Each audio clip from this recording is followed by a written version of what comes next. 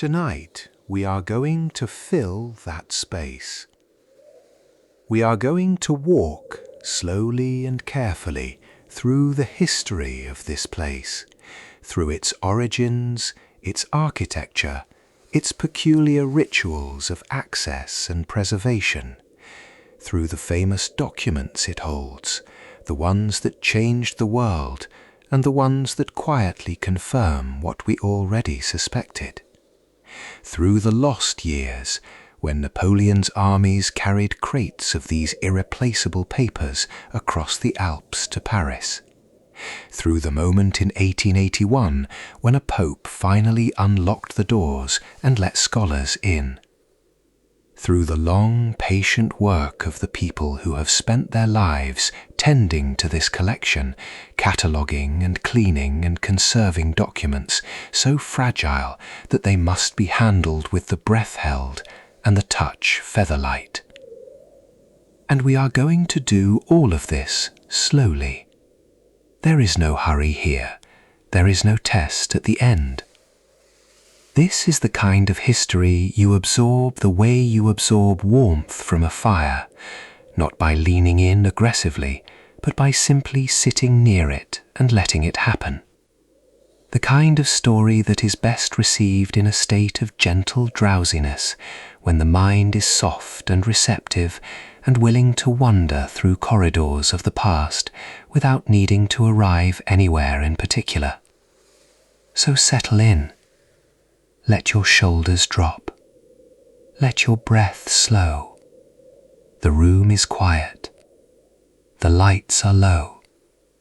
And somewhere in Vatican City, in a building that has been keeping secrets since before your great-great-grandmother's grandmother was born, the shelves stretch on for 85 linear kilometers, holding paper and parchment and memory and time.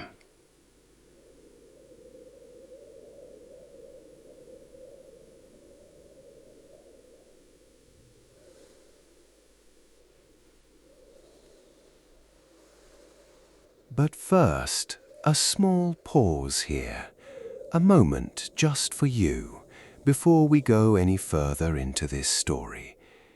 If you have found your way to this channel and to this kind of slow, calm walk through history, I want you to know that it genuinely matters to me that you are here. I am trying to reach 1,000 subscribers on this channel, and every single person who finds this kind of history soothing enough to stay, to subscribe, to leave a comment, to drop a like, is a part of something that I find quietly wonderful. So if you have a moment and you are not yet asleep, please consider subscribing, leaving a comment to tell me where in the world you are listening from and what the clock reads where you sit. And if you have any sleepy hype remaining, any warmth or energy you can spare, send it this way. It means more than you might imagine. Now, let us begin. Section 2. What secret actually means. The Latin truth. The first thing to understand about the Vatican Secret Archives is that they were never, strictly speaking, secret. This is one of those facts that, once you know it, immediately starts doing something interesting to the mythology, because the mythology is so rich, so deeply embedded in popular imagination, that discovering the mundane truth behind the word secret feels almost like a small disappointment, followed immediately by something more interesting, which is the realization that the real story is actually more nuanced and more compelling than any conspiracy theory could be. The word secret in the name Vatican Secret Archives is a translation of the Latin word secretum, and secretum does not mean what our modern English word secret means. It does not mean hidden or forbidden or concealed from prying eyes. It comes from the Latin verb secernere, which means to separate, to distinguish, to set aside, to reserve something for a particular purpose or for particular people. When Pope Paul V formally established the archives in 1612, he named them the Archivum Secretum Apostolicum Vaticanum. The word secretum in that name described something quite specific and quite practical. It described the fact that this collection was being set apart, separated from the Vatican Library, reserved for the use of the Pope and the officials he designated. It was a bureaucratic distinction, not a promise of mystery.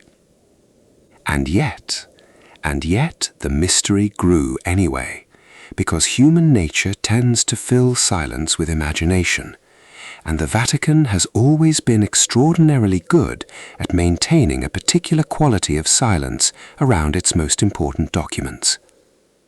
For more than 250 years after the archives were formally established, they were closed to everyone outside the Church's inner administration. Not just closed in the sense of requiring an appointment, closed in the sense of utterly inaccessible.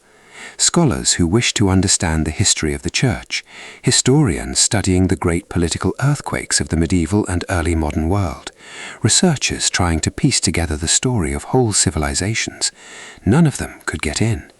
The archives existed, everyone knew they existed, but what was inside them remained a matter of speculation, rumor, and in some cases, quite elaborate fantasy. By the time Pope Leo XIII finally opened the doors to researchers in 1881, the word secret had been doing its quiet work in the popular imagination for well over 2 centuries. The opening helped, certainly, but it did not entirely dissolve the aura that had built up around the place. If anything, the partial opening, the fact that only certain scholars could access certain documents, that certain sections remained closed, that certain files would remain sealed for decades to come, only deepened the sense that there was always more that was not being shown. And so the word secret attached itself more firmly to the name and more firmly to the place, and the mythology continued to grow. It is worth noting that on October 22, 2019, Pope Francis formally addressed this by issuing an apostolic letter that reinstated the archive's original name. They are now officially called the Vatican Apostolic Archives. The word secret was removed from the institutional name in a gesture that was partly about historical accuracy and partly, perhaps, about the Vatican's ongoing effort to present itself as a more open, more accessible institution in the modern age. But habits of language die slowly. Most people still call them the secret archives. The phrase has embedded itself so deeply into the cultural vocabulary that removing it from the official name changes very little about how the place is perceived and described. And honestly, standing outside those walls in the Roman night, looking up at the dome of St. Peter's against a sky thick with stars, even knowing what you know about the innocent etymology of the word, it is quite difficult to feel that secret is entirely the wrong word for this place. The word has accumulated meaning through use. Every generation that has applied it to this institution, even in misunderstanding, has added something to what it now conveys. When people say Vatican Secret Archives today, they are not making a precise etymological claim. They are invoking a whole history of curiosity and speculation and partial access and withheld knowledge, and the persistent human conviction that somewhere in those long corridors there is something the rest of the world has not yet been allowed to know. That conviction is not entirely wrong. There are documents in those archives that no living scholar has read. There are collections barely surveyed. There are materials restricted for reasons that are sometimes clearly understood and sometimes not. The mythology is not accurate in its details, but it is tracking something real in its general shape. Because while the archives are not secret in the conspiratorial sense, they are deeply private. They are guarded with great care. They are accessible only to a small number of people who pass through a series of formalities and procedures that feel, even in their mundane details, like rituals. And they hold within them things that the world at large has never seen and may never see, and the reasons for that inaccessibility are sometimes practical and sometimes something more complicated than practical. The truth about the Vatican archives is not that they are hiding something sinister. The truth is something quieter and in its own way more fascinating. They are holding something vast, something so large and so complex and so layered with implication that even those who are allowed inside, the accredited scholars with their letters of recommendation and their carefully prepared research agendas, can only glimpse a small portion of what is there. The rest recedes into the distance, shelf after shelf, corridor after corridor, stretching away into the cool, carefully managed dark. And that darkness is not hostile, it is simply patient. It is waiting, the way old things wait, for the right time and the right people and the right questions. Section 3. The Founding, Pope Paul V and the Birth of an Archive. To understand why the archives came to exist in the form they do, you have to understand something about the world in 1612, and something about the Catholic Church's position within that world. The early 17th century was not a comfortable time for the Church. The preceding 100 years had been some of the most turbulent in its long history. Martin Luther had nailed his protests to a cathedral door in 1517 and set off a chain of events that had fractured Western Christianity in ways that were still very much raw and unresolved.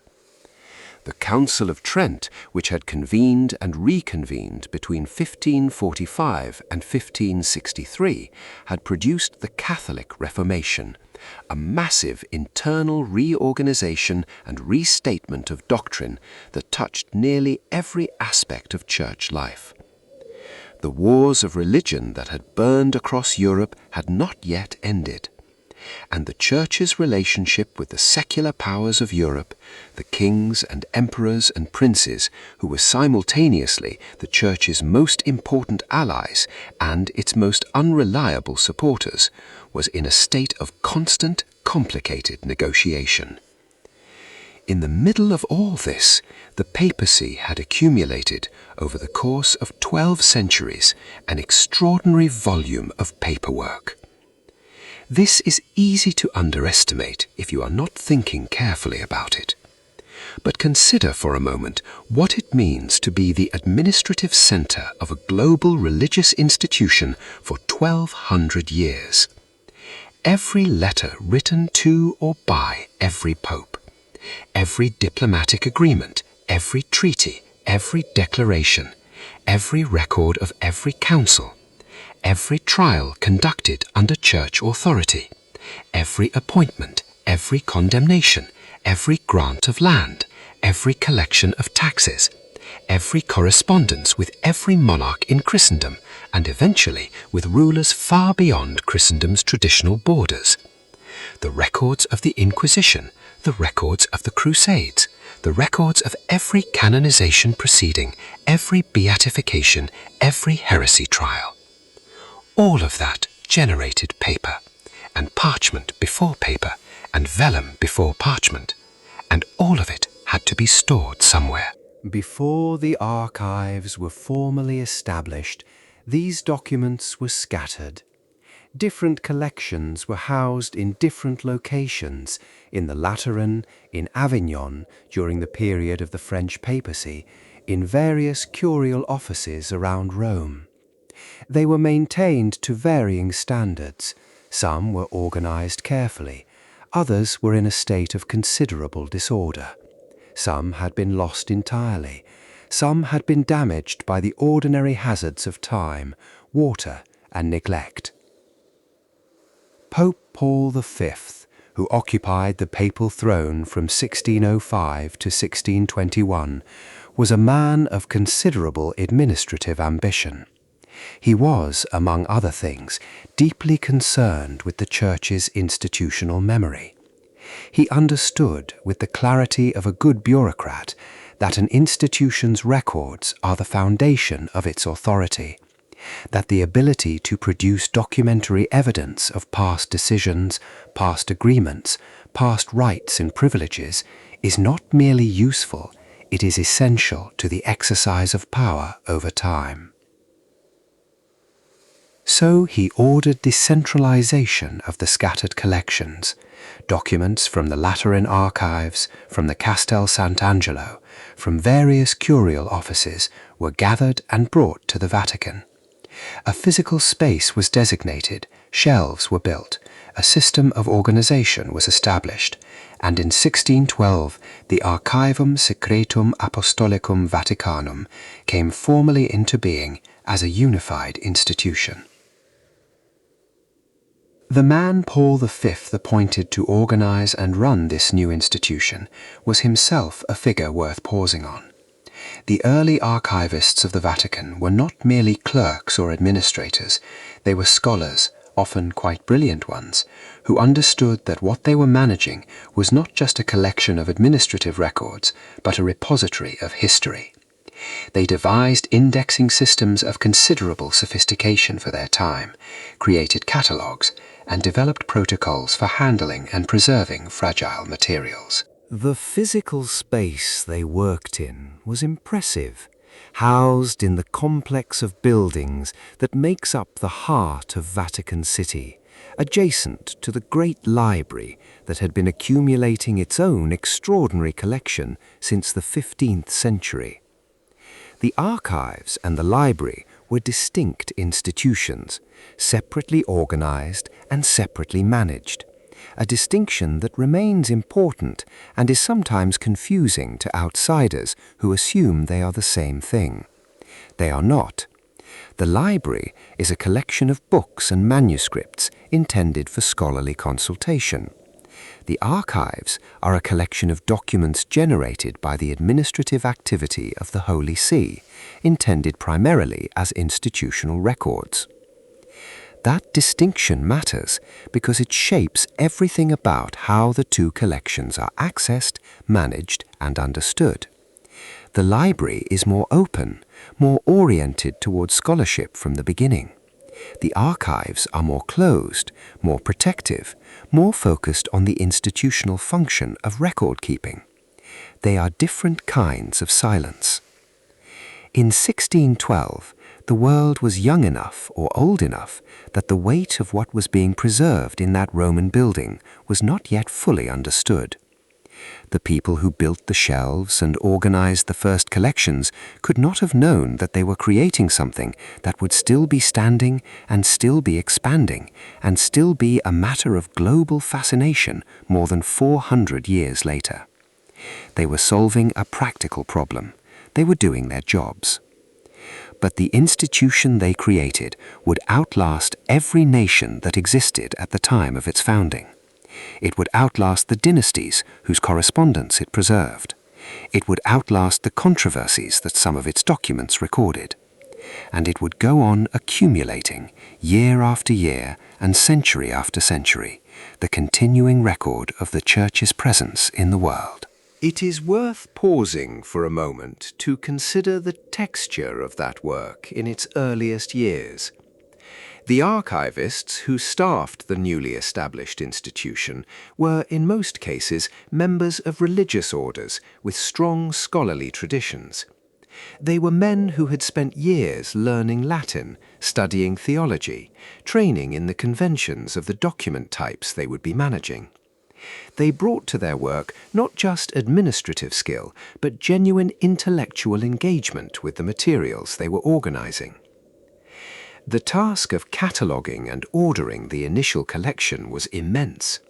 Materials had arrived from different sources, organized according to different systems, or in some cases barely organized at all. There were documents that had been bundled together for convenience without regard for their subject or period. There were registers that were incomplete, correspondence that had been separated from its context, records whose provenance was unclear. To bring all of this into a coherent, navigable system required not just organizational talent, but a kind of archival detective work, tracing documents back to their origins, identifying the offices and individuals that had generated them, establishing the relationships between different parts of the collection. The early archivists also had to make decisions about what mattered. Not everything that arrived in those first crates was of equal historical or institutional significance. Some of it was genuinely important, documents relating to the most consequential decisions and relationships of the medieval church. Some of it was routine administrative paperwork, the kind of thing that any large organization generates in enormous quantities, and that is important for internal management, but of limited historical interest. The work of distinguishing between these categories, of deciding what to index carefully and what to set aside, was itself a form of historical judgment. And it was judgment that has had consequences stretching across the centuries since. The decisions made by those early archivists about what to preserve carefully, what to catalogue thoroughly, what to mark as significant, have shaped what scholars have been able to find and study ever since. Some of the most important historical work being done in the archives today depends on indices and cataloguing systems that were established in the 17th century, refined in the 18th and 19th, and are still being corrected and supplemented in the 21st.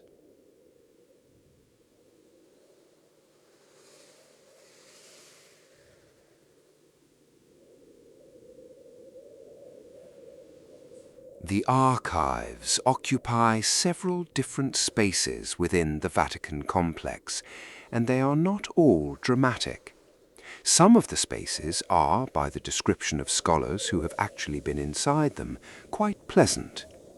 There are reading rooms with natural light coming through tall windows. There are long rows of wooden desks, the kind of unassuming academic furniture that would not look out of place in any university library. There are computers, slightly dated ones by some accounts, for viewing digital reproductions of documents. It is, in many respects, simply a library. A very old, very carefully managed, very well protected library, but a library nonetheless. And yet, the part that is not ordinary, the part that earns the word extraordinary without any argument, is what lies behind the reading rooms. The storage areas, the actual repositories where the documents live, the places scholars do not wander freely but submit specific requests to access, these are a different matter entirely. The most striking feature of the archive's physical infrastructure is its sheer scale. The shelving, if laid out end to end in a single continuous line, would extend for approximately 85 linear kilometers. That is not a typo.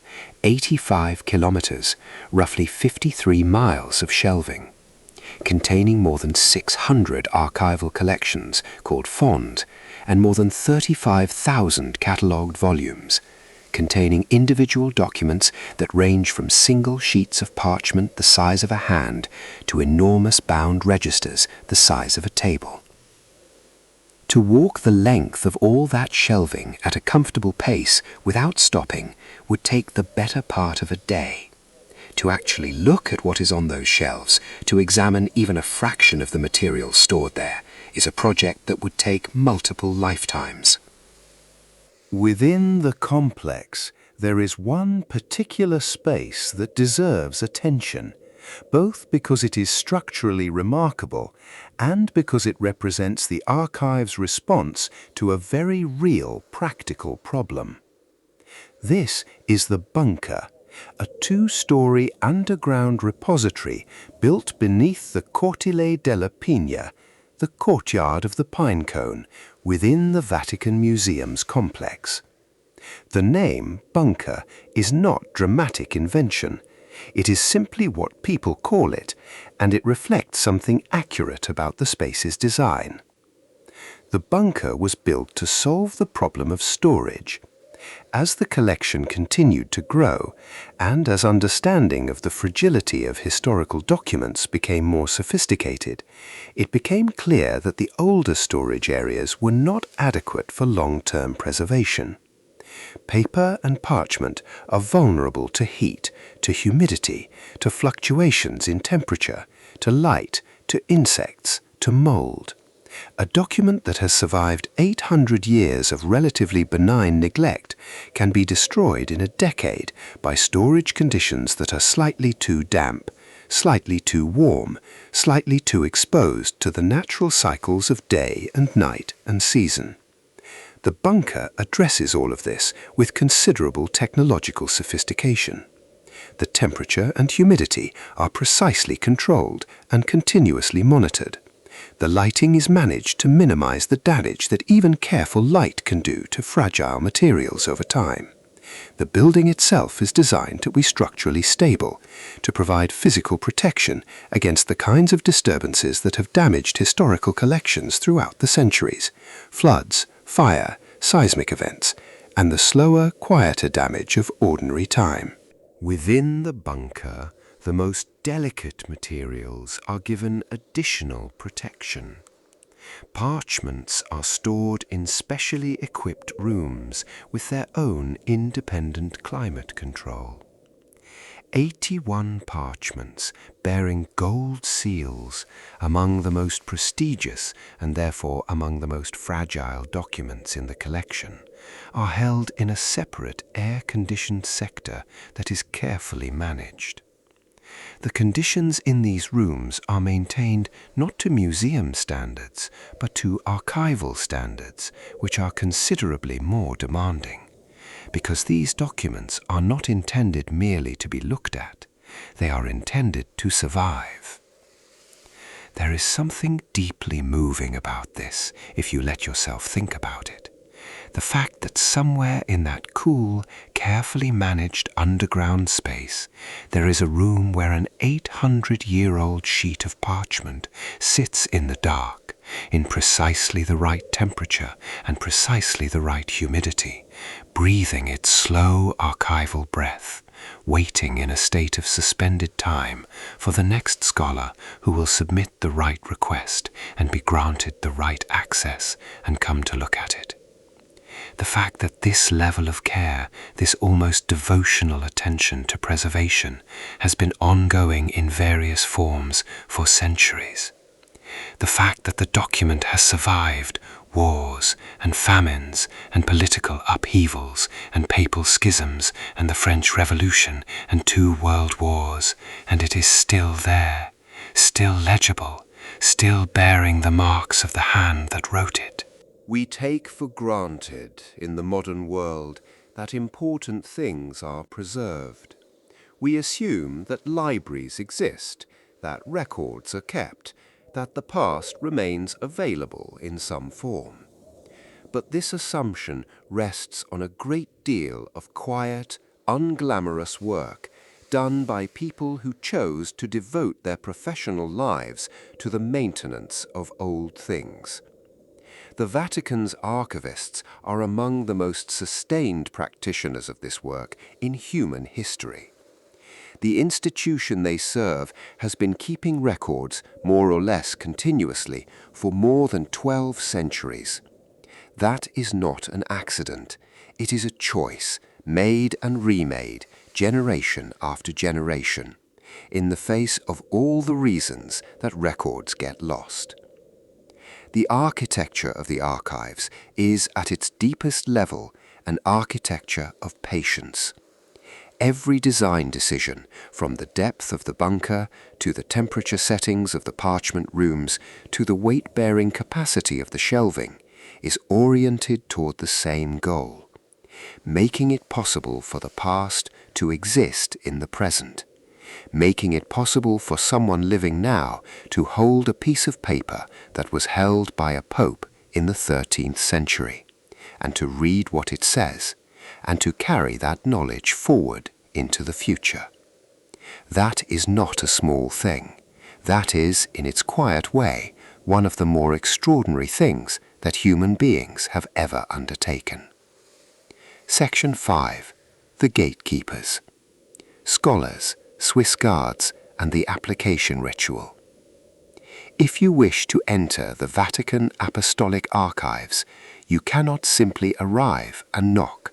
The process of gaining access is itself a kind of ritual, unfolding in stages, each one a little more intimate and a little more demanding than the last, until finally, if you have navigated all of it successfully, you find yourself sitting in a reading room in Vatican City, handling documents that most of the world will never see, under conditions of considerable care and considerable scrutiny. It begins, as so many formal things in the academic world begin, with a letter. The letter is a letter of recommendation. It must come from an established scholar at a reputable research institution, someone with recognized credentials in a relevant academic field, history, theology, political science, art history, any of a number of disciplines that might find legitimate scholarly interest in the archive's holdings. The letter attests to your academic credentials, to the seriousness and legitimacy of your research purpose, and to the recommending scholar's confidence that you will handle the materials with appropriate care and respect. Along with the letter of recommendation, you submit an application form. The form asks you to specify what you are interested in, what period, what collection, what type of documents. The archives do not permit browsing. You cannot arrive and say that you would like to look around and see what catches your interest. You must arrive with a plan, a specific and articulated research purpose, and the access you receive is calibrated to that purpose. If your research is approved in one area, you cannot simply use it as an opportunity to wander into adjacent collections. Every document you examine, every file you open, every volume you request is tracked and recorded. Assuming your application is approved, which is not guaranteed, you receive a letter of invitation. This letter becomes your physical key to the archives. You bring it with you to Vatican City on your appointed day and present it at a specific entrance, the Porta di Sant'Anna, a side gate near St. Peter's that serves as an access point for those with official business in the Vatican. At the gate, a Swiss guard in his famously elaborate uniform examines your documentation. The Swiss Guards are the oldest standing army in continuous operation in the world, having served the papacy since 1506. And while their primary function is ceremonial and protective rather than archival, they are nonetheless the first human face of the archive's security apparatus. They are, by most accounts, quite courteous to researchers who arrive with proper documentation and a properly humble demeanor. Once through the gate, you come to the security office. On your first visit, you surrender your passport in exchange for a temporary security pass. This pass is not simply an access card. It is a statement of identity and accountability. Every time you enter the archives, you are known. Your presence is recorded. The connection between you as a person and whatever documents you examine is documented and maintained. Once inside the building, in the reading rooms designated for scholarly work, the rules become very specific. You may not bring pens. You may not bring food. You may not bring water into the areas where original documents are handled. You may take notes, but with pencil only. You may not photograph certain items. You may request up to 5 items per day, which sounds generous until you consider that a single volume might contain hundreds of documents and require hours of careful work to examine properly. The rules are not arbitrary.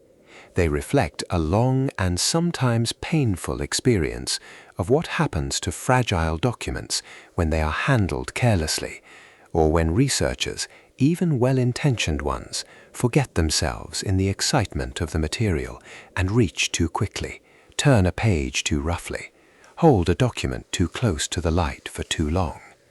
Every restriction is a lesson learned from something that went wrong at some point in the past. The atmosphere in the reading rooms, by the accounts of those who have worked there, is one of concentrated quiet.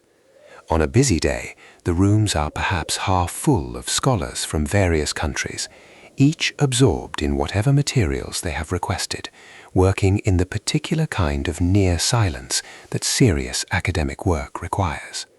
The sound of pencils on paper, the occasional soft rustle of a document being carefully turned, the almost inaudible hum of the climate control systems, keeping the air at the precise temperature and humidity that preservation demands. There is a particular quality to that silence that scholars who have worked there tend to mention. It is not the silence of emptiness.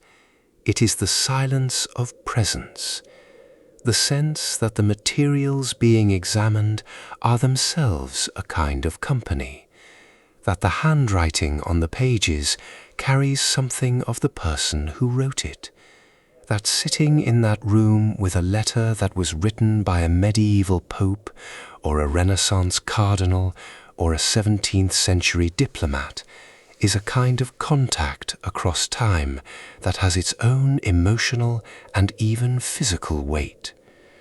Think for a moment about what it means to hold a letter that was written in 1300.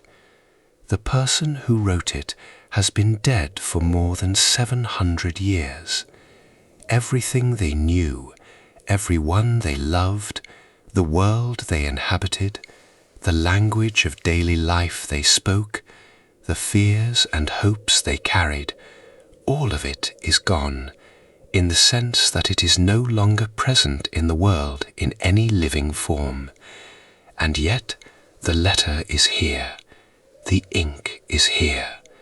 The particular pressure of a particular hand on a particular piece of skin that was stretched and dried and prepared for writing centuries before the letter was composed, all of it is still here, still holding the marks it was given.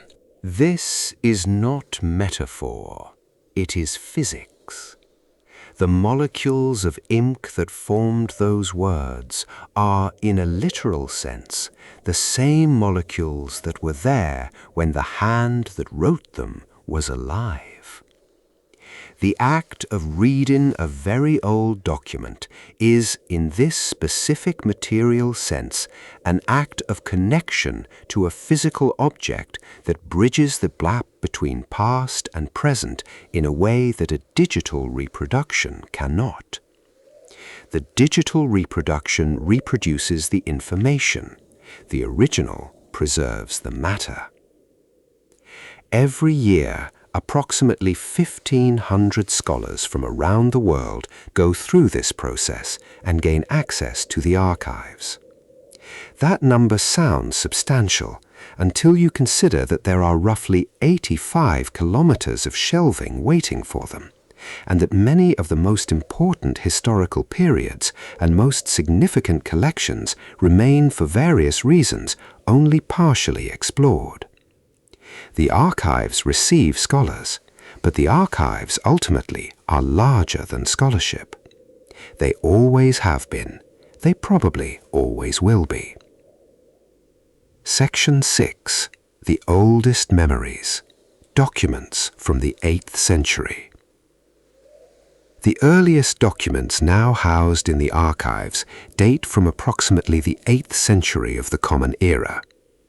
This is a number that is easy to say and quite difficult to actually absorb. The 8th century. Charlemagne had not yet been crowned. The Viking Age had barely begun. The Norman conquest of England was 300 years in the future. Islam was less than 2 centuries old. The world that produced these documents was almost incomprehensibly different from the world we inhabit. And yet the paper, or rather the parchment, the carefully treated animal skin that was the primary writing material of the early medieval period has survived. Fragile, certainly, requiring the most careful handling and the most precisely controlled storage conditions, but legible, still bearing the marks of hands that moved across it more than 1,200 years ago, forming letters and words in scripts that require specialized training to read, but that contain, for those who can read them, genuine information about genuine human concerns. What kinds of things were being written down in the 8th century in the context of the early medieval church? The administrative records of that period reflect the Church's dual role as spiritual institution and temporal power. There are documents relating to land grants, because the Church was, from very early in its history, a significant landholder, and the management of ecclesiastical property required documentation. There are records of ecclesiastical appointments, because the appointment of bishops and abbots and other church officials was a matter of considerable political as well as spiritual importance. There are letters, because communication within the Church's far-flung network of institutions and communities depended on written correspondence in a world where travel was slow, difficult, and dangerous. The materials from this earliest period present particular challenges for preservation and interpretation. Parchment from the 8th and 9th centuries has had 1,200 years to become brittle and fragile. The inks used in that period, often made from iron gall, a mixture of iron salts and tannic acid derived from oak galls, have their own complicated chemistry. Iron gall ink, when it works well, produces writing of extraordinary longevity and clarity. But when the chemical balance is wrong, or when the conditions of storage over the centuries have been unfavorable, it can eat through the parchment itself, leaving holes and weaknesses that make handling the document a matter requiring extraordinary delicacy. The writing systems used in documents from this period are themselves a barrier. The scripts of the early medieval period, the various forms of minuscule that developed across different regions of Europe in the centuries following the fall of the Western Roman Empire, are specialized knowledge. Reading an 8th century document from the papal chancery is not simply a matter of knowing Latin. It requires training in the specific conventions of medieval scripts, in the abbreviations and contractions that scribes of the period used to save time and parchment, in the formulas and standard phrases that structured official documents of the Church. But those who have that training, the specialized scholars of medieval paleography and diplomatic, find in these oldest documents something that no other source can provide. They find the actual texture of church administration in the early medieval world. Not the simplified, smoothed-out version of that history that textbooks provide, but the complicated, particular, sometimes contradictory reality as it was recorded in real time by real people who were living through it. There is something about holding, or even being in the same room as, a document that is 1,200 years old, that affects people differently from reading a transcription of the same document. The transcription gives you the words. The original gives you something else. The physical evidence of time, the slight yellowing of the parchment, the variations in the darkness of the ink, the way the script changes character very slightly part-way through a line, as the scribe's pen needed reloading. These are not things that can be captured in any reproduction. They are available only to the person in the room with the original. Consider what it means to sit with one of these oldest documents and think carefully about the hands that made it. A scribe in the early medieval church was not a passive copyist. He was a trained professional, often a monk or a cleric, who had spent years mastering the conventions of his craft. He trimmed his quill with care. He prepared his ink according to recipes that had been refined over generations. He ruled his parchment with a stylus before writing, pressing faint lines that guided his hand and gave the finished document its characteristic evenness. He wrote with a posture and a rhythm that he had practiced until it became as natural as breathing. And the document he produced was not just a record, it was a performance of authority. The size of the letters, the quality of the parchment, the formality of the language, the number and type of authenticating seals, all of these things communicated something about the status and the seriousness of the communication. A papal letter was not just a piece of paper with words on it. It was a physical object that announced, in every aspect of its construction, that it came from the center of the Western Christian world and carried the weight of that center behind every sentence. The archives have been keeping those originals safe through war and upheaval and all the ordinary disasters of time for more than 1,000 years. Section 7. The Letter That Broke a Church, Henry VIII and Catherine of Aragon. Among all the documents housed in the Vatican archives, there are a handful that have achieved a particular kind of cultural fame, documents whose existence is widely known and whose historical significance is so enormous that they have become, in a sense, more than documents. They have become symbols. The letter from 1530, or rather the collection of documents centred on that date, relating to King Henry VIII of England's request for an annulment from his wife Catherine of Aragon, is perhaps the most famous single set of items in the entire collection, and the story attached to it, both the story of what the documents themselves contain and the story of how one of them survived to reach the archives, is remarkable enough to deserve careful telling. By 1530, Henry had been pursuing his annulment for several years. He had fallen deeply in love, or fallen deeply in lust, or fallen deeply into political calculation, or some complicated mixture of all three, with Anne Boleyn, a young woman of his court, whose intelligence, charm, and political acuity were formidable. He had become convinced that his marriage to Catherine was invalid, on the theological grounds that she had previously been married to his older brother Arthur, who had died young, and that the papal dispensation that had permitted the marriage to Henry had been improperly granted.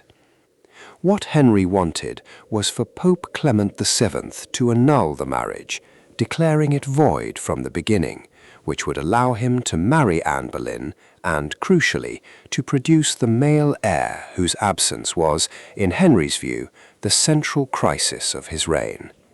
Catherine had produced a daughter, the future Queen Mary, but the sons had died in infancy, and Henry was terrified of dying without a male heir and plunging England back into the kind of succession crisis that had produced the Wars of the Roses in the previous century.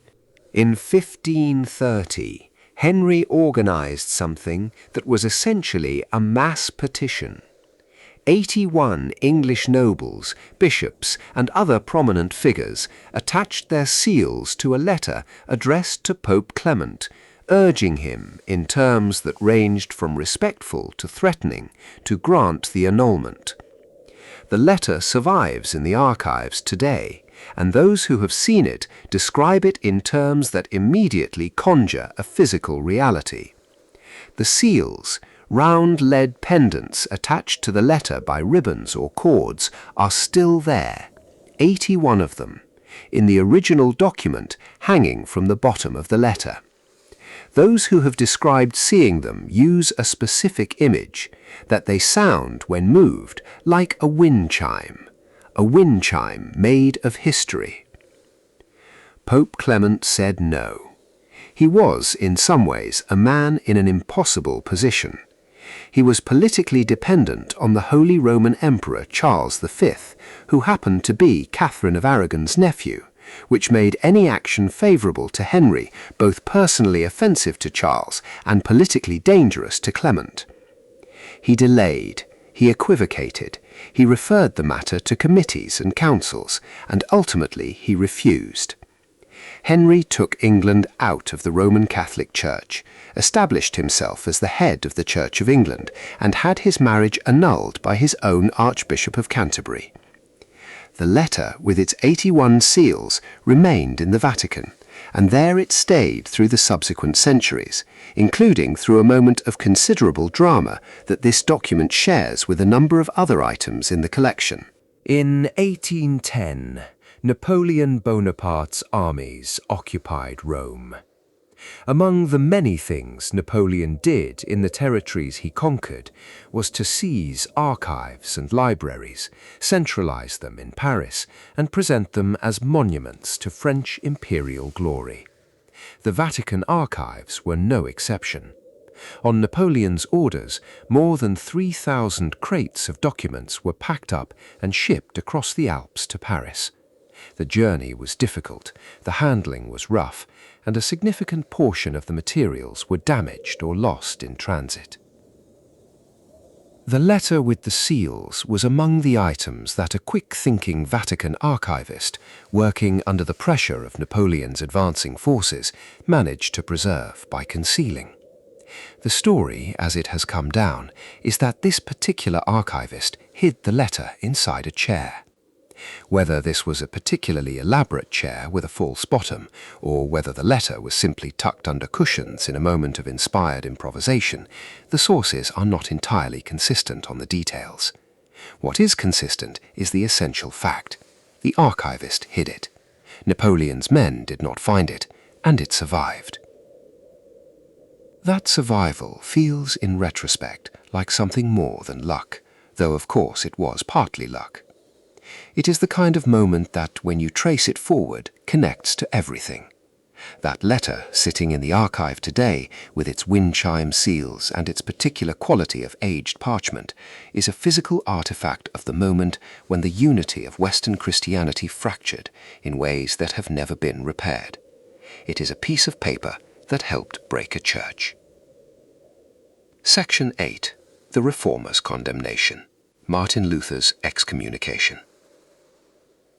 In January of 1521, Pope Leo X signed a document that he probably expected would close a matter that had been festering for several years and had become, to his mind, rather tediously complicated.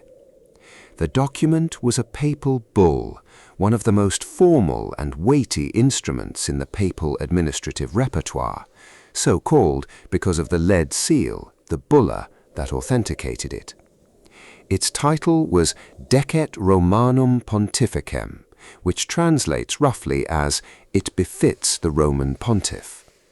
Its purpose was to formally and finally excommunicate Martin Luther from the Catholic Church. What is particularly striking about this document, and this is something that the scholars who have examined it tend to note, is the gap between the weight of its historical consequences and the ordinariness of its physical form. It is a document. It was produced according to standard procedures in the papal chancery. The language it uses is the formal legal Latin of the period, full of technical terms and procedural formulas that were entirely conventional at the time.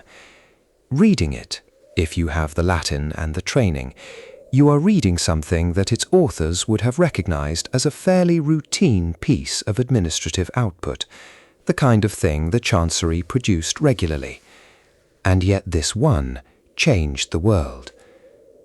Leo's expectation, when he signed it, was probably that the excommunication would settle the matter, that without the protection of the Church, without the ability to receive sacraments or participate in the life of the Christian community, Luther would be isolated, marginalized, and his movement would wither. This is what happened to other reformers, to earlier challengers of church authority. The mechanism of excommunication was not primarily spiritual. It was social and political. It cut a person off from the network of relationships and legitimacy on which medieval life depended. What Leo did not fully account for was the printing press. Luther's ideas had been reproduced and distributed in a way that no previous reformer's ideas had been. By 1521, there were people across the German-speaking lands who had read Luther's writings, who had found in them a response to genuine grievances and genuine spiritual hungers that the Church had not been adequately addressing. The excommunication did not isolate Luther. It made him a martyr in the eyes of his followers.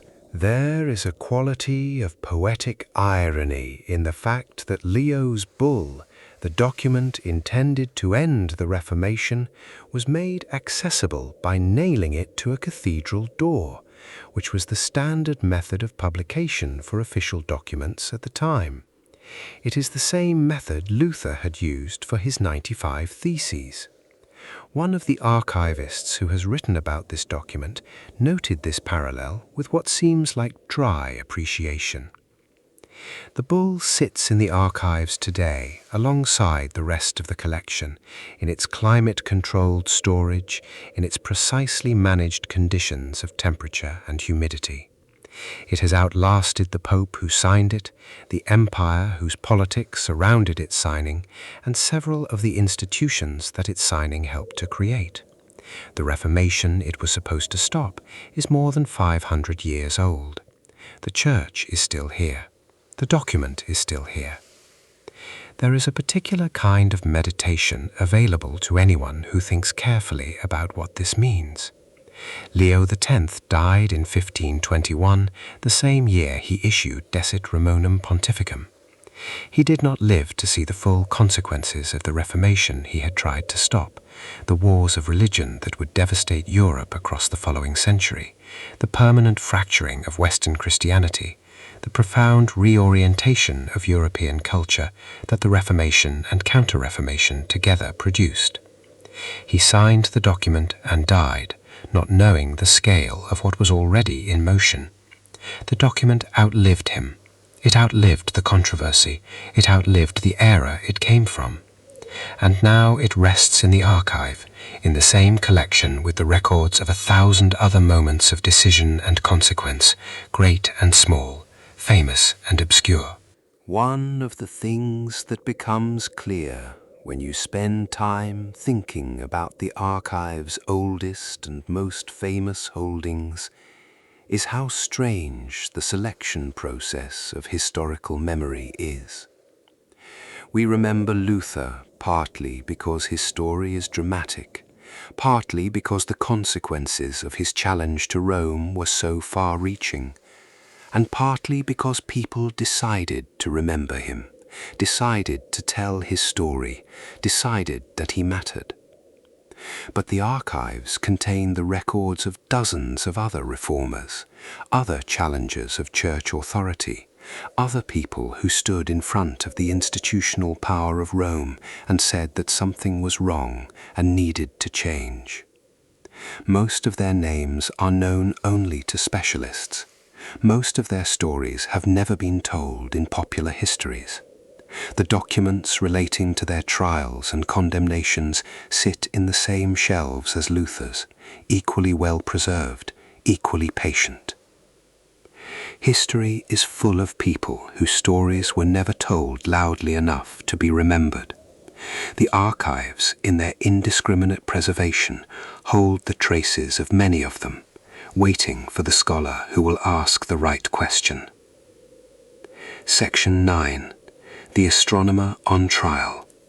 Galileo's Heresy. If there is one story in the long history of the relationship between the Catholic Church and scientific enquiry that has lodged most firmly in the collective memory, it is the trial of Galileo Galilei. Galileo was an Italian astronomer and physicist who, in the early 17th century, gathered observational evidence that the Earth moves around the Sun rather than the other way around. This was not a new idea. Copernicus had proposed a heliocentric model of the solar system in the previous century, but Galileo's observations were more detailed, more systematic, and more public than Copernicus's. His dialogue concerning the two chief world systems, published in 1632, presented the heliocentric model in a form that was accessible to educated readers who were not specialists in mathematics or astronomy, and it did so in a way that made the Church's official position look not merely wrong, but, in the framing of the dialogue, somewhat absurd. The Church's Inquisition summoned Galileo to Rome in 1633. He was 70 years old and in poor health, and the journey from Florence to Rome in the middle of winter was itself an ordeal. The trial that followed lasted several months. The proceedings, the interrogations, the theological assessments, the records of evidence and deliberation are among the documents preserved in the Vatican archives. What those documents reveal has been the subject of considerable scholarly attention. The short version is that Galileo was found guilty of having held and defended the proposition that the earth moves, a proposition that the Church had formally declared contrary to Holy Scripture.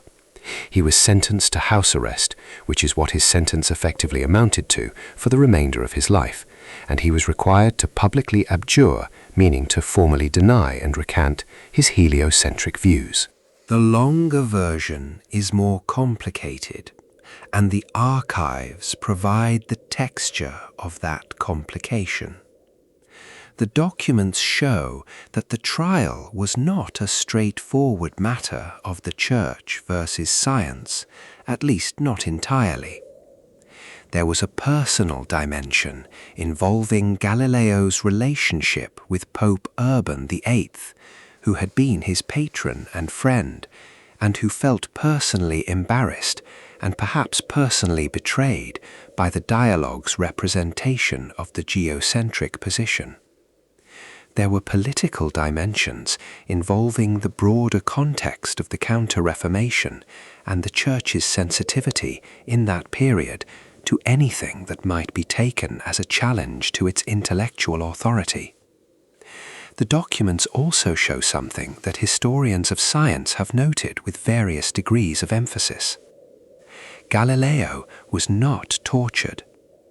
The Inquisition threatened the use of torture, as it routinely did in such proceedings, but the documents suggest that this was procedural language rather than actual practice in his case. His recantation, the famous moment in which he formally denied that the earth moves, which legend has him following with the whispered words, "Eppur si muove," and yet it moves, was made voluntarily in the sense that he was not physically coerced, even if the threat of what might happen if he did not recant was entirely real and entirely understood by everyone in the room. In 1992, Pope John Paul II formally acknowledged that the Church had erred in the Galileo affair. The apology, which was careful and qualified in its language, was nonetheless a significant moment. And the documents in the archives, the actual records of the actual trial, were part of what made that acknowledgement possible. Because they were there, because they had been preserved. Because the archive's commitment to keeping the records, even uncomfortable records, even records that documented decisions that history had judged very badly, meant that there was a documentary basis for honesty about what had happened. The Galileo file rests in the archives today. Its pages have been examined by scholars, reproduced in books and articles, and are now partially available in digital form. They show a man who was right about how the solar system works, being judged by an institution that was wrong, and the institution carefully keeping the evidence of that judgment, all of it, for the long reckoning of history. There is something quietly remarkable about this. The Church kept the records of its own error. It did not destroy them, did not lose them in some convenient accident, did not restrict access to them so thoroughly that they effectively ceased to exist for scholarly purposes. When Leo XIII opened the archives in 1881, the Galileo file was among the things that scholars were eventually able to consult. When John Paul II wanted to issue his formal acknowledgement of the Church's error in 1992, the documentary basis for that acknowledgement was sitting in the archive, intact, waiting to be cited. There is an argument to be made that the Church's preservation of these uncomfortable records is actually one of its most admirable qualities, even if that quality was not always exercised with full self-awareness. The archives are honest in a way that institutions rarely are. They kept the evidence. They kept it even when the evidence was damaging. They kept it for centuries before anyone was looking at it, before any external pressure required them to account for it. The Galileo file did not survive because the Church was proud of the trial. It survived because the archives were run by people who understood that their job was to keep the records, all of the records, and who did their job. After his recantation and his return to house arrest at his villa near Florence, Galileo continued to work. He was 70 years old and nearly blind when he died in 1642, 9 years after the trial. His final major work, the Discourses and Mathematical Demonstrations relating to 2 new sciences, was smuggled out of Italy and published in the Dutch city of Leiden, beyond the reach of the Inquisition's formal authority. It is one of the foundational texts of modern physics. The trial records in the Vatican archives document the day of his recantation in careful formal language. They do not record what he was thinking. They do not preserve the quality of the silence in the room after he spoke the required words. They do not tell us whether anyone in that room believed what he had just said. History has supplied its own interpretation of that silence, and that interpretation has generally not been kind to the institution that required the words. But the document itself is neutral. It simply records. That is what archives do. The Order of the Knights Templar is one of those historical subjects that has attracted an amount of myth and speculation wildly disproportionate to its actual documentary record. Founded in the early 12th century as a military order charged with protecting Christian pilgrims in the Holy Land, the Templars became, over the course of the 12th and 13th centuries, one of the most powerful organizations in Europe. They were soldiers and bankers and diplomats operating across the whole of the Christian world with a degree of independence and wealth that eventually made them a target. In 1307, King Philip IV of France, who was deeply in debt to the Templars and deeply threatened by their power, had the entire leadership of the order arrested on charges of heresy, blasphemy, and various other serious offences. The charges were almost certainly politically motivated, but the machinery of the Inquisition was set in motion, and what followed was one of the most dramatic institutional destructions in medieval history. The archives contain several documents central to this story.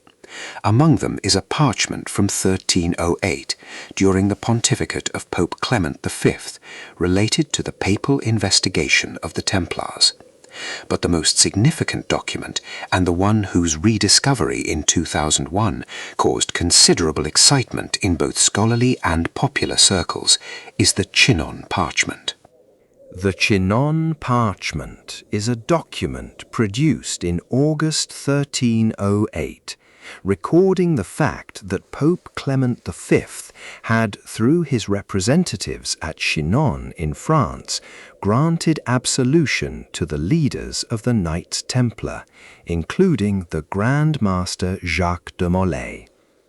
This is significant because it means that the highest levels of the Templar leadership had confessed to the charges against them, had been absolved of those confessions by papal authority, and had been conditionally restored to the sacraments of the Church before the final suppression of the order. For centuries, this document was misfiled. It sat in the archives, catalogued under the wrong reference, effectively invisible to the scholars who were looking for it under the correct reference. It was rediscovered by an Italian researcher named Barbara Frail, working in the archives in 2001, when she found it catalogued under a slightly different heading than the one under which it had been searched. The discovery was reported internationally, and it provided documentary evidence for something that historians had long suspected but could not definitively prove: that Clement's absolution of the Templar leadership was more complete and more formally documented than had previously been established. The order was formally dissolved by Pope Clement V at the Council of Vienne in 1312. The document of dissolution, the official parchment ending the most famous military order of the medieval world, is also in the archives. It describes in formal legal language the suppression of an institution that had existed for nearly 2 centuries, managed vast wealth, and shaped the political landscape of Europe and the Holy Land. Jacques de Molay, the Grand Master who had been absolved at Chinon in 1308, was burned at the stake in Paris in 1314. He died, by the accounts of those who witnessed it, with great composure, reportedly forgiving his executioners. The document of his absolution, the one that had been misfiled for centuries and found by Barbara Frail, was presumably still sitting in the archives at that moment, already filed, already preserved, already waiting for the right researcher to find it 700 years later. Section 11. Famous Correspondence: Michelangelo, Lincoln, Mozart, and the Dalai Lama. One of the things that surprises people when they learn about the scope of the Vatican archives is the breadth of the correspondence it contains. It is easy to think of the archives as a collection of papal bulls and trial records, of formal documents generated by the administrative machinery of the Church. And those things are there in enormous quantities. But the archives also contain letters, personal letters, letters to and from popes and cardinals and church officials, certainly, but also letters from people who are famous for entirely different reasons, people whose connection to the Vatican is not always the first thing that comes to mind when their names are mentioned. Michelangelo Buonarroti is not primarily remembered as a man who wrote letters to the Vatican, though of course he had an extensive and sometimes complicated relationship with the Church as a patron. But there is a letter in the archives, written in Michelangelo's own hand to a bishop, in which the great artist conveys a piece of information that, in its mundane practicality, is somehow both funny and touching. The letter reports that the Swiss guards stationed at the Vatican have not been paid for 3 months and are threatening to leave their posts. Whether this warning produced prompt payment of the guards' wages, the archives do not clearly say. But the letter is there, in the same collection with the excommunication of Luther and the trial of Galileo. A small, practical, human complaint from a man who happened also to paint the Sistine Chapel. Abraham Lincoln's connection to the Vatican is not widely known, but there is a letter from Lincoln in the archives. It was written in 1863, during the darkest years of the Civil War, and it is a formal communication to Pope Pius IX. The letter acknowledges the Pope's message of good wishes for the Union cause, and it is signed in Lincoln's distinctive handwriting with his full name and his official title. The letter serves as a reminder that the papacy was, even in the mid-19th century, a diplomatic presence with which the governments of the world maintained official channels of communication. Lincoln's archives in Washington contain the Pope's original letter to him. The Vatican's archives contain Lincoln's reply. The archives also contain a letter from Wolfgang Amadeus Mozart. or rather from his father Leopold, writing on behalf of the young Wolfgang, who was 14 years old when the letter was written. The letter relates to young Mozart's composition of the Miserere, a work by the Italian composer Gregorio Allegri that was at the time the exclusive property of the Sistine Chapel and was not permitted to be written down or performed outside its walls. Mozart, in an act of musical audacity that has become part of his legend, heard the Miserere performed, went home and wrote it out from memory. The letter to the Pope was, in some versions of the story, connected to the question of whether this act constituted theft of church property or was simply a remarkable demonstration of a child's musical genius. The Pope, apparently, chose to view it as the latter. Perhaps the most unexpected piece of correspondence in the collection, unexpected in the sense of bringing together two institutions from entirely different spiritual traditions, is a letter from 1760 written by Pope Clement XIII and addressed to the 7th Dalai Lama of Tibet. The letter was written at the request of Franciscan missionaries in Tibet, who were apparently in need of protection and were hoping that a formal communication from the head of the Catholic Church to the head of Tibetan Buddhism might help secure it. Whether the Dalai Lama's response, if there was one, is also in the archives is not clear from the available sources. But the letter itself, a document of formal interreligious diplomacy from an era when such communication required months of travel across some of the most challenging terrain on Earth, is a remarkable artifact. There is also correspondence with Voltaire, the great French philosopher and satirist who spent considerable intellectual energy criticizing the Catholic Church. There are letters involving Queen Elizabeth I of England. There are documents touching on figures as disparate as Michelangelo and Abraham Lincoln, Mozart and the Dalai Lama. And the range of that correspondence reflects something important about the Vatican's position in the world over the past 12 centuries. It has been, for better and worse, one of the central institutional actors in global history, and the archives preserve the correspondence that position generated. Taken together, this breadth of correspondence gives the archives a quality that goes beyond the institutional. They are not merely a collection of administrative records. They are, in their accumulated totality, something closer to a portrait of the world as it has moved through time. And there is a particular kind of intimacy in the individual letters.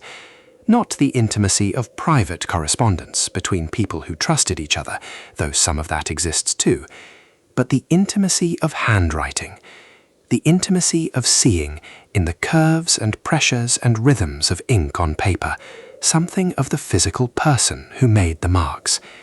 Lincoln's handwriting, by those who have described the letter in the archives, has the quality that his handwriting always has in the documents that survive from his life, a kind of angular deliberateness, as though each word was placed with care.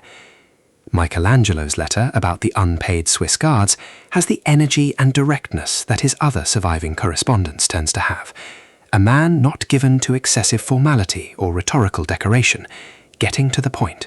There is also something unexpectedly moving about the Native American document in the collection. Among the items exhibited in the Lux in Arcana exhibition of 2012 was a letter from 1887 written by a Native American chief on a strip of bark, referring to the Pope as the Grand Master of Prayers. The letter is a reminder that the Vatican's correspondence was not limited to the powerful and the famous of European civilization. People from the margins of that civilization, people who had very different relationships to the institution of the papacy than the kings and cardinals whose letters fill so much of the archive, also wrote. The archive kept those letters too, with the same care and the same indifferent patience with which it kept everything else. The archive does not rank its correspondence. It does not place a greater value on a letter from a king than on a letter from a Native American chief writing on bark. Both documents survive in the same collection, under the same careful conditions, available to the same scholars.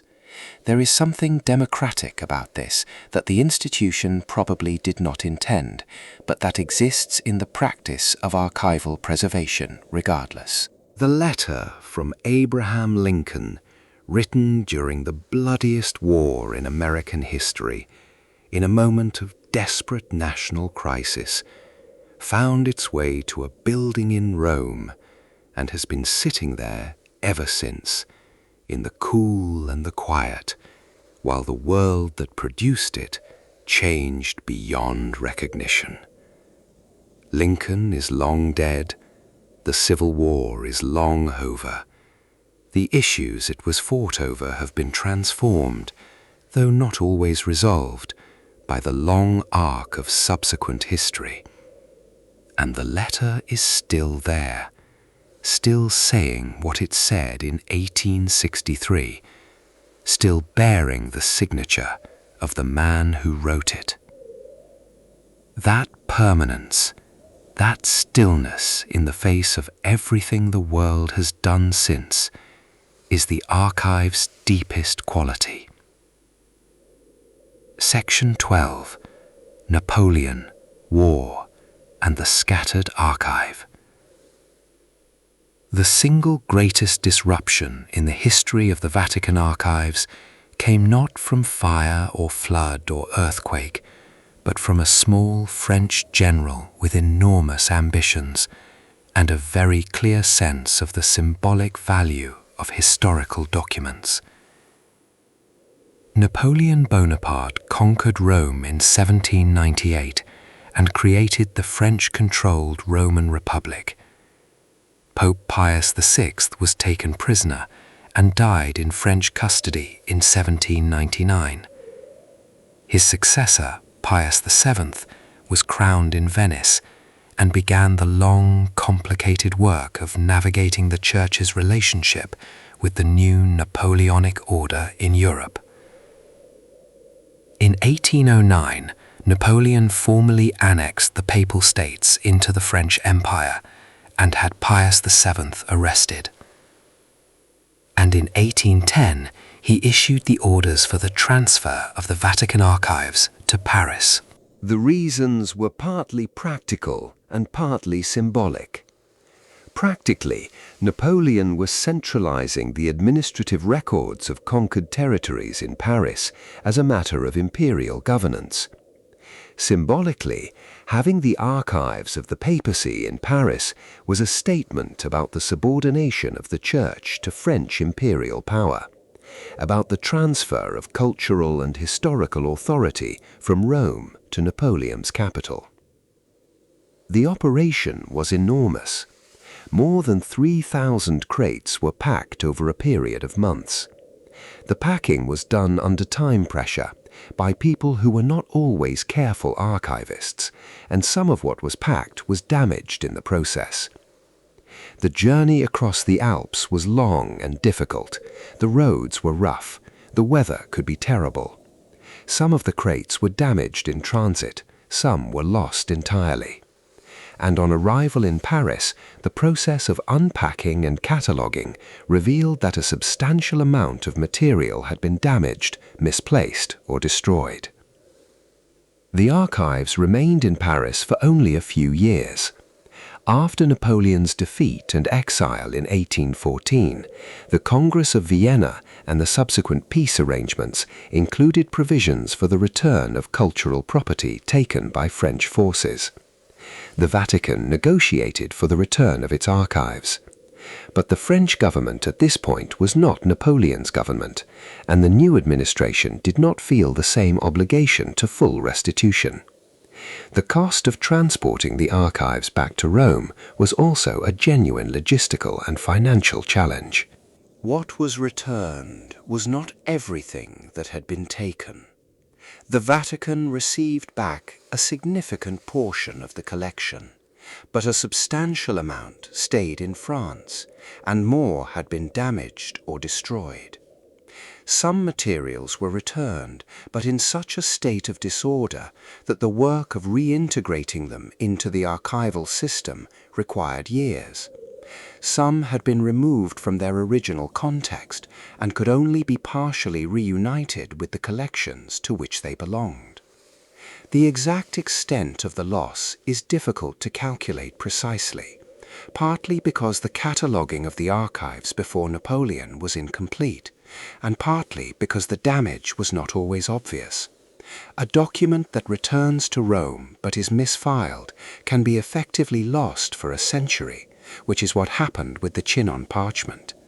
Materials that were returned but damaged might survive in legible form, or might deteriorate further in subsequent decades. There is a kind of heartbreak in thinking about what the Napoleonic episode cost the historical record. Not just the Vatican's record, but history's record.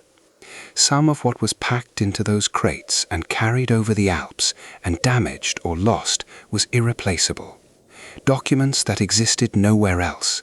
Letters that were the only copies of communications that would have illuminated events and decisions that history has had to reconstruct without them. Gaps in the archive that remain gaps to this day. There is a particular detail from the period of the archive's time in Paris that has a quality almost like black comedy. The French government, having transported thousands of crates of irreplaceable historical documents across the Alps to Paris, was uncertain what to do with all of them. The archive remained in Paris for only about 4 years before Napoleon's defeat. During that time, the process of cataloguing and integrating the Vatican materials into the French national collections was barely begun. Some of the documents sat in their crates for much of the period, incompletely unpacked, improperly stored, deteriorating in conditions that would have horrified the Vatican's own archivists. When it came time to return the materials, the French government authorized the return, but provided limited funding for the actual logistics.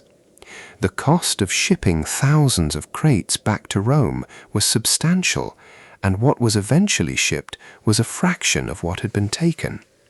Some materials were sold to cover costs. Some were kept by French institutions that had incorporated them into their own collections. Some simply stayed in Paris, where they remain to this day, in collections that are themselves of historical interest, but that represent a permanent fragmentation of a record that was once whole. The Vatican's archivists, on receiving back what was returned, faced the enormous task of reintegration. They had to identify what had come back, compare it to the records of what had left, determine what was missing, and find places in the existing system for materials that had been separated from their original context. This work took years, and in some cases decades, and it was never fully completed. The Napoleonic disruption left a permanent scar on the archive's organizational integrity, a scar that continues to affect researchers who find unexpected gaps or misfilings in the collection. And yet, there is also something to be said for the documents that survived, the ones that were returned, however damaged, the ones that the archivists managed to reintegrate, the ones that were hidden by quick-thinking curators before Napoleon's men arrived. The letter with the 81 seals, the Galileo file, the Templar documents, these survived not only the passage of time, but the deliberate disruption of one of the most aggressive campaigns of cultural appropriation in modern European history.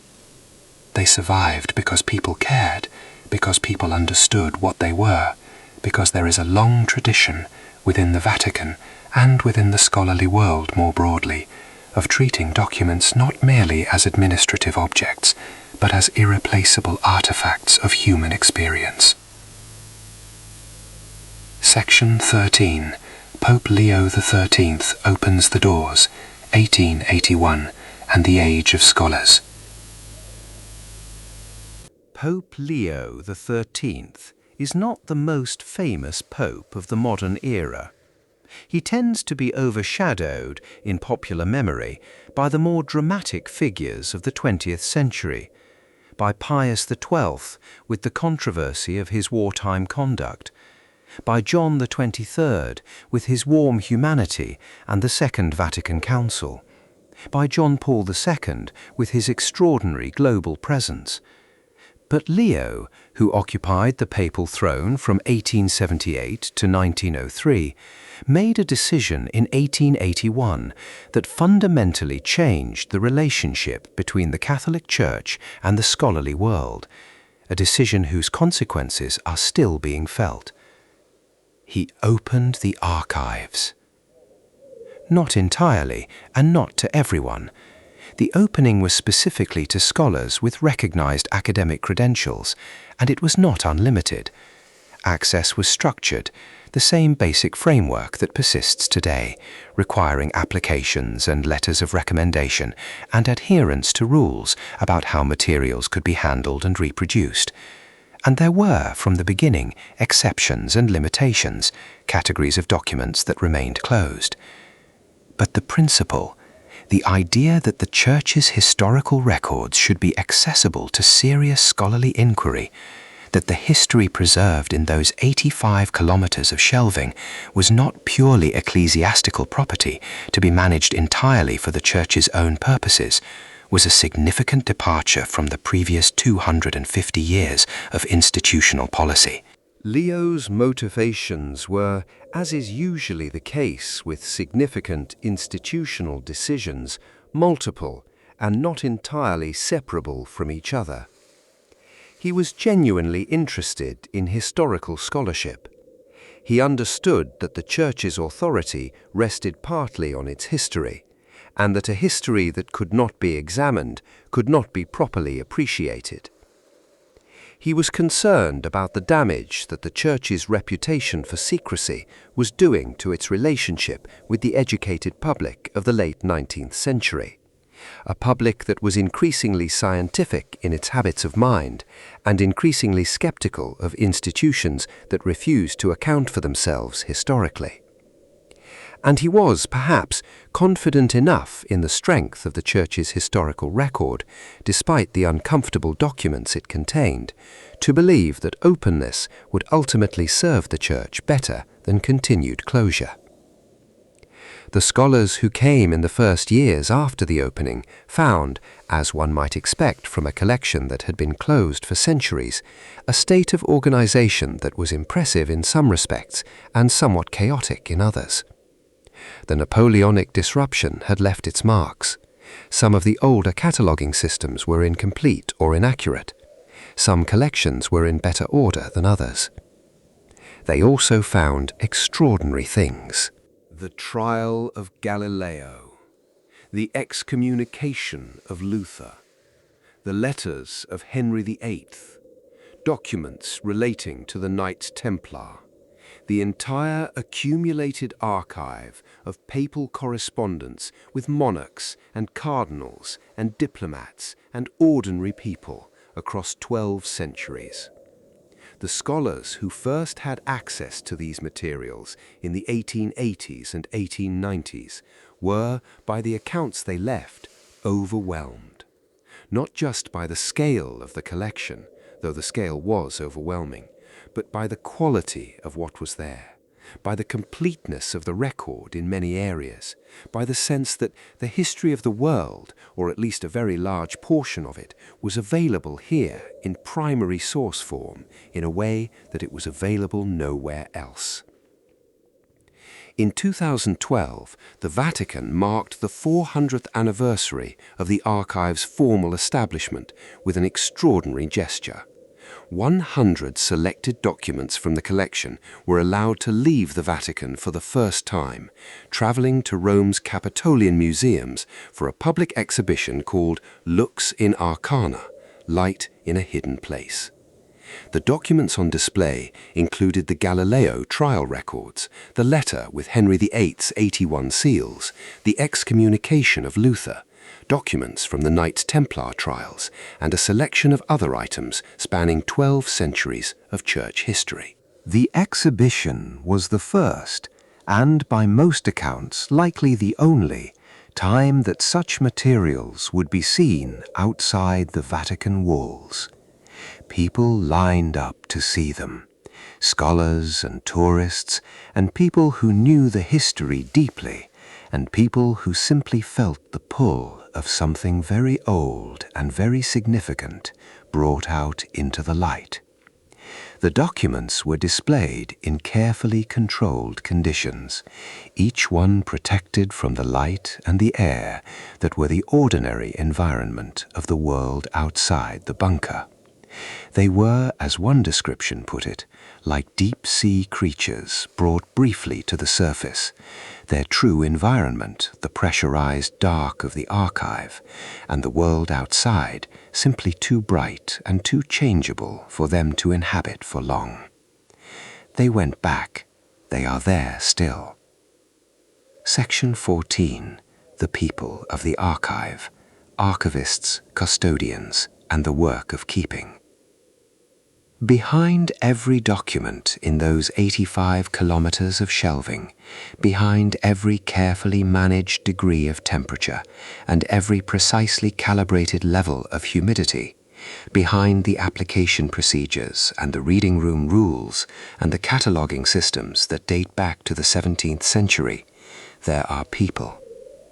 There have always been people. The archivists of the Vatican have over the centuries formed a distinct professional culture with its own traditions, its own particular way of understanding the work, its own sense of vocation that is not entirely unlike the religious vocation that shaped the institution they serve. They are, in many ways, the least visible people in one of the most visible institutions in the world. Their names do not appear in the histories that are written using the documents they preserve. Their work is by definition successful when it is invisible, when the document is simply there, simply legible, simply accessible, as though it had always been that way and required no particular effort to remain so. The prefect of the Vatican Apostolic Archives, the senior official responsible for the institution, is appointed by the Pope and is typically a scholar of considerable distinction.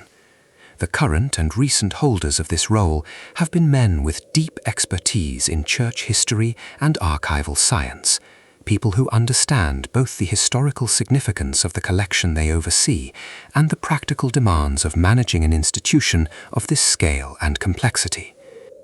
They give occasional interviews, publish academic work, represent the archives in the scholarly world.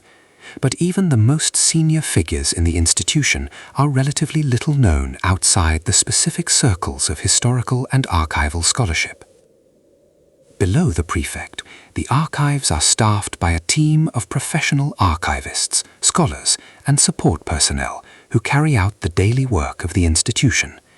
This work is considerably less glamorous than the popular imagination of life in the Vatican suggests, though it has its own quiet rewards.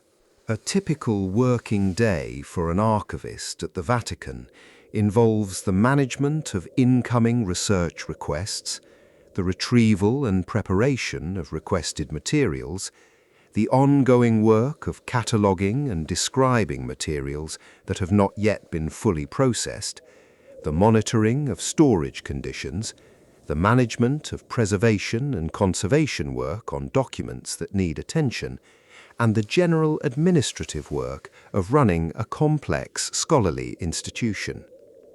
It is detailed, methodical, often repetitive, and requires a particular kind of personality, someone who finds satisfaction in precision and patience, who does not need dramatic results to feel that the work is worthwhile, who can spend a week carefully describing a single box of documents and feel at the end of that week that something genuinely valuable has been accomplished. The conservation work is a specialty of its own. The Vatican employs or engages on a contract basis conservators with training in the specific techniques required for the care of parchment, paper, vellum, leather bindings, wax seals, and the other materials that make up the collection. Conservation at this level is as much science as craft. A conservator working on an 8th century parchment needs to understand the chemistry of the ink, the biology of the mold that may be beginning to establish itself in a corner of the page, the physics of the structural stresses that are causing a particular document to crack along a fold line.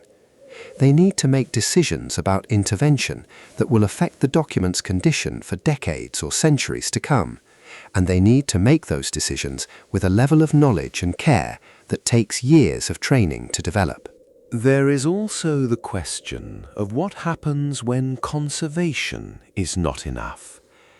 Some documents in the collection have deteriorated beyond the point where they can be read with the naked eye. For these, the archives have increasingly turned to imaging technologies that can reveal text that is no longer visible under normal light. Multispectral imaging, which captures the same object at multiple different wavelengths of light, can sometimes reveal ink that has faded to invisibility by detecting the chemical traces it left in the parchment, even after the visible ink has gone. X-ray fluorescence imaging can identify the elements present in ink, distinguishing between different inks, and sometimes recovering text that the eye cannot see. These technologies have opened up documents that were effectively closed for centuries, and they continue to develop in ways that promise further recoveries from what had seemed like irreversible loss. The scholars who come to work in the reading rooms are in some ways guests in the archivist's house. They arrive with their research agendas and their letters of recommendation, and they are treated with courtesy and care, and they are given access to what they need. But the relationship between scholars and archivists is not simply one of service. The archivists know the collection in ways that visiting scholars cannot. They know which indices are reliable and which are not. They know which cataloging errors are likely to mislead a researcher who does not know to look for them. They know the history of the collection's own internal organization, the reorganizations that have happened over the centuries, the collections that have been split and merged and moved and redescribed. This knowledge is invaluable, and the best archivists share it generously, guiding researchers toward the materials that will serve them and away from the dead ends that would waste their limited time. There is a phrase sometimes used in archival and library studies, the invisible infrastructure of knowledge. It refers to the systems, the people, the institutions, the ongoing work of maintenance and organization and preservation that makes it possible for anyone to find anything in a collection as large and complex as this one.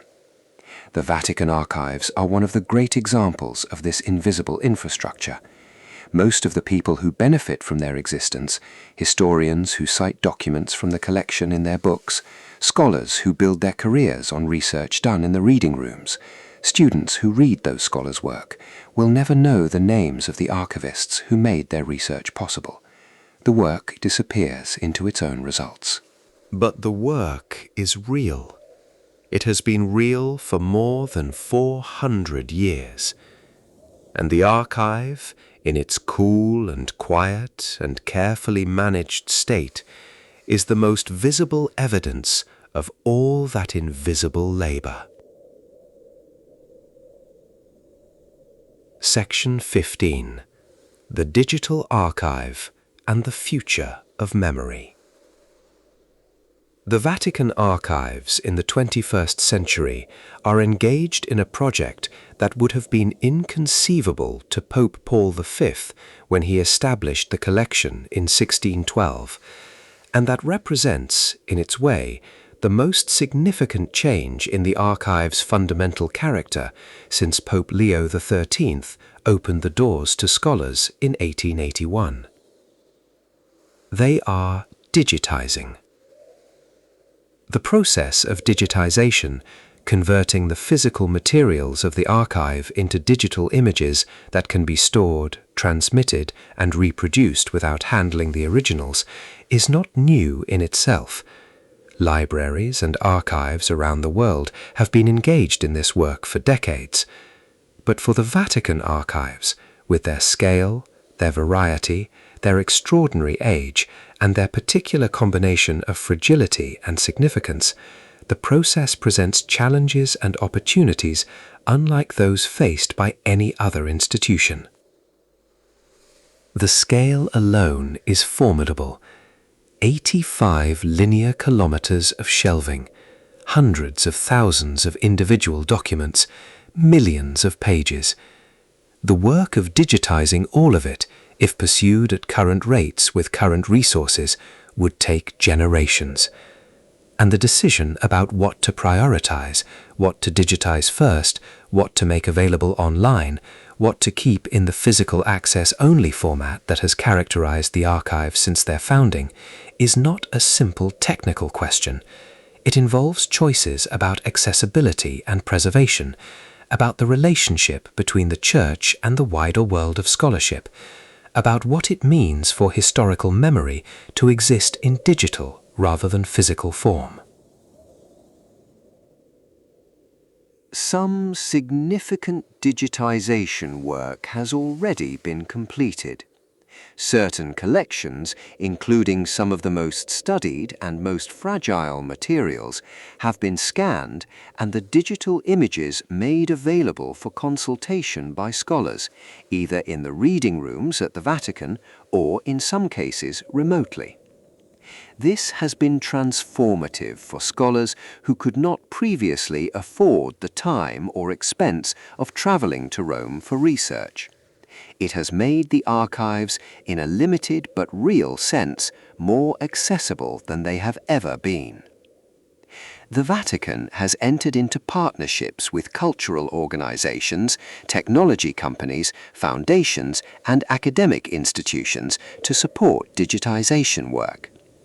These partnerships bring resources, expertise, and equipment that the archives could not otherwise afford.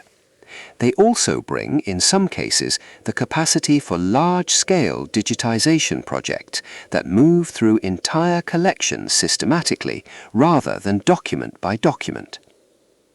One of the interesting questions raised by digitization is what exactly is being preserved when a document is scanned.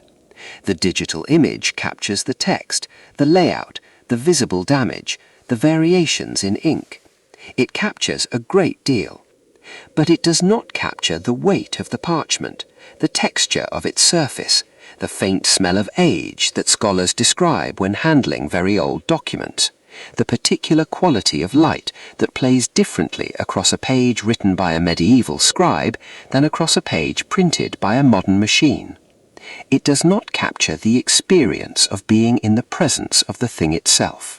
This is not an argument against digitization. The practical case for creating high-quality digital reproductions of fragile historical documents is overwhelming. Every time a scholar handles an original that does not need to be handled, there is a tiny but real risk of damage. Every time a document can be consulted in digital form instead, the original is preserved a little longer. The mathematics of conservation favor digitization strongly. But the existence of the digital copy changes the character of the relationship between scholars and the originals in ways that are worth noticing. When the only way to read a document was to go to Rome, submit an application, navigate the access procedures, sit in the reading room, and hold the thing in your hands, the act of consulting it was an event. It was something that happened. It had a physical reality. The scholar who traveled to Rome to examine a particular document in the 1890s, or the 1950s, or the 1980s, was engaging in an act that required commitment, and that produced, in the encounter with the original, a quality of attention and experience that is genuinely different from reading a PDF on a laptop screen. This is not nostalgia. Both modes of access have value. But they are different, and as digitization makes the digital mode more common, it is worth holding space for what is distinctive and irreplaceable about the physical encounter with a very old document. But even as digitization expands, the archives remain governed by a rule that marks a clear boundary between what is accessible and what is not. Under a practice established in 1924 and maintained through subsequent pontificates, the chronological limit for consultation is set at the end of the most recently completed pontificate, for which files have been formally closed. Currently, that limit is set at the end of the pontificate of Pope Pius XII, who died in October 1958. Documents relating to anything after that date, anything touching the papacies of John XXIII, Paul VI, John Paul I, John Paul II, Benedict XVI, or the current Pontiff Francis, are not available to scholars. This means that some of the most historically significant and most controversial periods of recent church history remain sealed. The debates within the Church over the Second Vatican Council, the Church's response to the sexual abuse crisis, the documents relating to the policies and decisions of pontiffs whose reputations and legacies are still actively contested by historians and by the faithful. These are in the archives, but they cannot be consulted. Not yet. The future of the archives is a future in tension between opening and protecting, between the imperative to make history accessible and the imperative to manage the pace at which particular histories become available.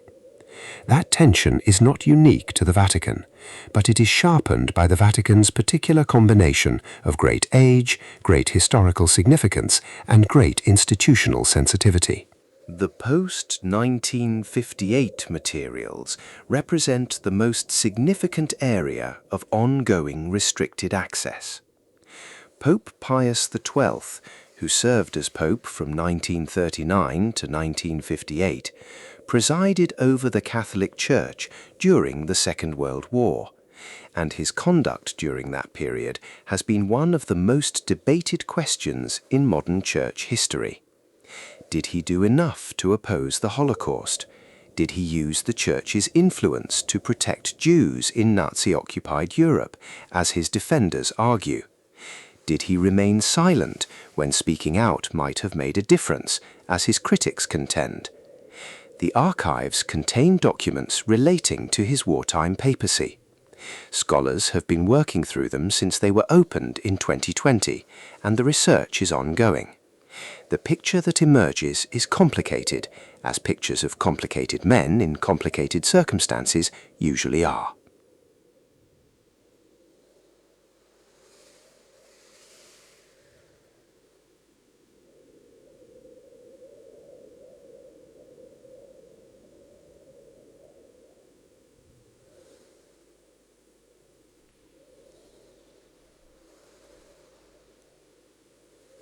The question of what the archives do not contain is in some ways as interesting as the question of what they do.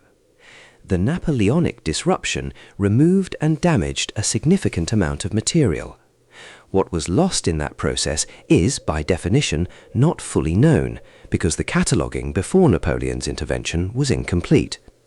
There are gaps in the record where there should be documents, and are not. Some of these gaps are known because there are references in surviving documents to materials that no longer exist. Others are unknown gaps, the absence of things whose absence we do not know to look for. There are also sections of the archives that remain restricted for reasons that are not purely chronological. Certain categories of documents are treated with special sensitivity, regardless of their age. The records of the Apostolic Penitentiary, the tribunal that handles the most serious sins requiring direct papal absolution, are managed with particular discretion. The proceedings of certain canonization causes, especially those involving living or recently living individuals, are controlled carefully. The details of certain diplomatic negotiations, even historical ones, may be kept from general scholarly access. The conspiracy theories about the archives are, as noted at the beginning of this journey, not supported by the evidence that scholars have been able to examine. The archives do not contain proof of extraterrestrial contact. They do not contain the secret history of a shadowy group controlling world events. They do not contain evidence of the Church's possession of lost Gospels or suppressed texts that would overturn 2,000 years of Christian doctrine. What they do contain is something that in some ways is more extraordinary than any of those things. They contain the actual record of an actual institution as it actually operated over 12 actual centuries. They contain the evidence of decisions that were right and decisions that were wrong, of moments of courage and moments of cowardice, of genuine spiritual aspiration and genuine human failure. They contain correspondence with people ranging from medieval peasants to Renaissance artists to American presidents to Tibetan religious leaders. They contain the administrative output of a global institution navigating the impossible complexity of human history from a fixed address on a hill in Rome. They contain, in other words, history, not the simplified, heroic or villainous history of popular narrative, the actual thing, the complicated, contradictory, fascinating, sometimes horrifying, sometimes beautiful, always human thing. And most of it, even now, after more than a century of scholarly access, has not been fully studied. There are thousands of documents in those 85 kilometers of shelving that no researcher has examined since they were filed, perhaps centuries ago. There are letters whose contents are unknown to anyone living. There are decisions recorded in formal language that have never been connected by any historian to their consequences in the world outside the archive. The silence that remains in those corridors is not the silence of emptiness, it is the silence of things not yet said, of history not yet read, of pages that have waited patiently through the centuries for the particular question that will make them speak. The shelves stretch on, the bunker holds its temperature, the cataloguers continue their slow, systematic work. The scholars come and go with their letters of recommendation and their pencils and their carefully prepared research questions. And outside, in the rest of the world, the century turns and turns again. There is a particular quality to institutional patience that deserves its own moment of reflection. We live in an age that rewards speed. Information moves faster than it ever has in human history. The idea of waiting years or decades or centuries for something to become accessible is genuinely foreign to the habits of mind that the modern world encourages. We refresh, we search, we expect results. The Vatican archives operate on a different time scale, not because they are indifferent to the needs of researchers, but because the things they hold have already waited so long that a few more decades or a few more centuries is simply part of their nature. A document that was written in the 9th century has been waiting to be fully understood for more than 1,000 years. The fact that certain sections of the archive will not be open to researchers for another generation is, from that document's perspective, barely a delay at all. There is something oddly comforting about this once you settle into it. The world changes constantly, sometimes violently and disorientingly quickly. The familiar things disappear and unfamiliar things take their places, and the pace of change makes it difficult sometimes to feel that anything is stable, anything enduring, anything that will simply be there when you need it to be. The archives have been there. Through the Napoleonic disruption and the two world wars and the political earthquakes of the 20th century, and all the ordinary disasters and upheavals of the centuries before that, the archives have been there.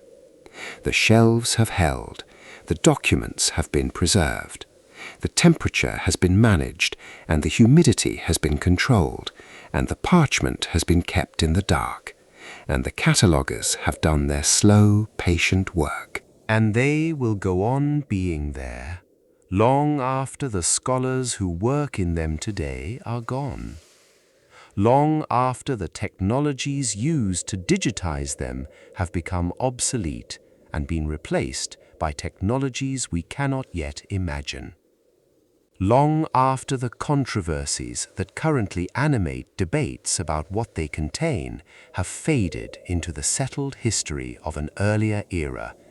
The archives will still be there, still accumulating, still preserving, still maintaining that particular quality of careful, institutional, non-dramatic, essential quiet.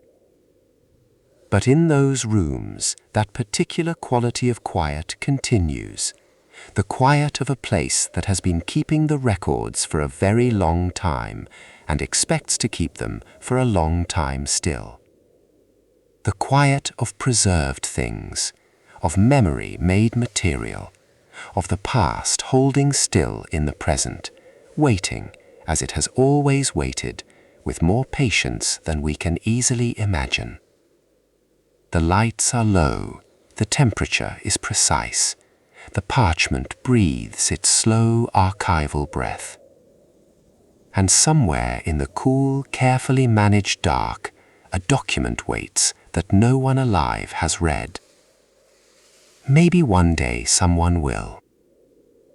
There is something right, I think, about ending a story like this one, not with a conclusion, but with that image. Not the dramatic revelation, not the smoking gun, not the secret finally unwrapped, but the document in the dark, patient and still, holding whatever it holds.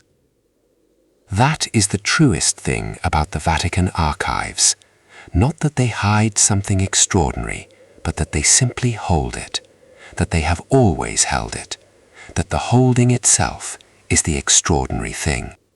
The world we live in is in many ways a world that has become uncomfortable with patience, uncomfortable with things that do not reveal themselves immediately, uncomfortable with waiting.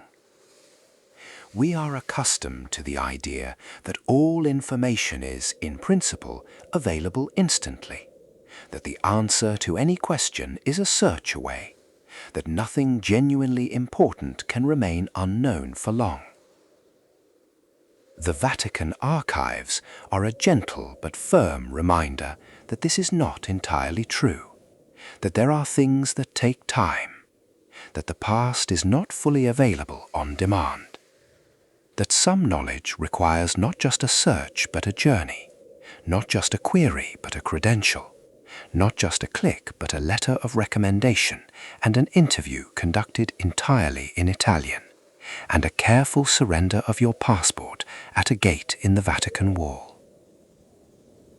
And that when you finally sit down at that wooden desk in that quiet room, and the archivist brings you what you asked for, wrapped in its protective covering, fragile and old and irreplaceable, the experience of holding history in your hands is not one that can be replicated by reading about it, or digitizing it, or talking about it in a late-night narration about the silent rituals of an archive in Rome.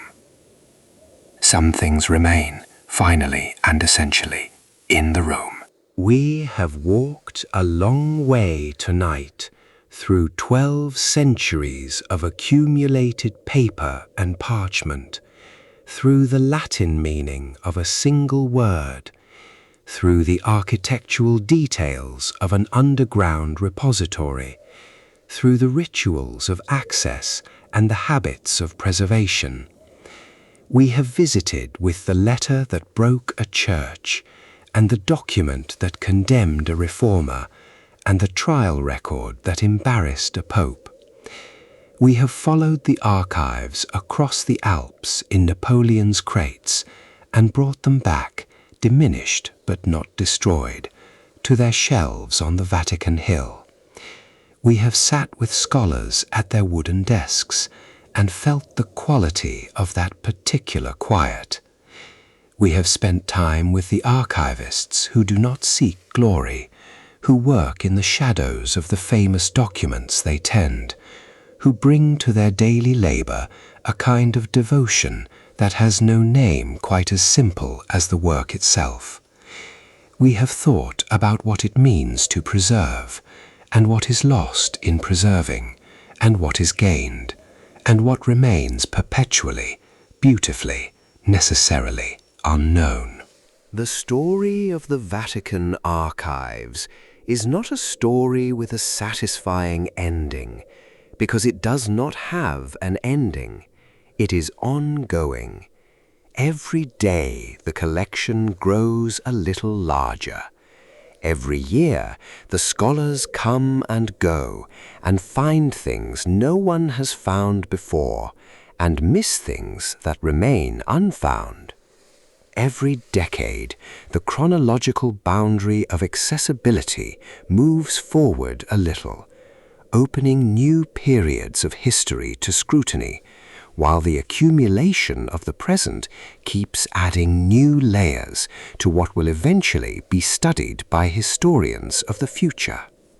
The archive is a living institution, which sounds paradoxical, given that so much of what it contains is the evidence of the dead. But institutions are alive in the way that rivers are alive, not because of any single drop of water, but because of the continuous movement and the persistent channel and the way the banks hold their shape across time. The Vatican Archives will be there when everyone alive today is gone. They will be there when the controversies that currently animate debates about their contents have settled into established history.